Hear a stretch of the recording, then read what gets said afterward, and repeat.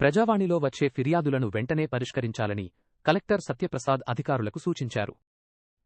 జగిత్యాల కలెక్టరేట్లో సోమవారం జరిగిన ప్రజావాణిలో పలువురి నుంచి ఆయన ఫిర్యాదులను స్వీకరించారు. వచ్చిన ఫిర్యాదులను సంబంధిత శాఖల అధికారులకు పంపించి సమస్యలను వెంటనే పరిష్కరించాలని ఆదేశించారు. ఈ కార్యక్రమంలో అడిషనల్ కలెక్టర్ రాజా, గౌడ్ తదితరులు పాల్గొన్నారు.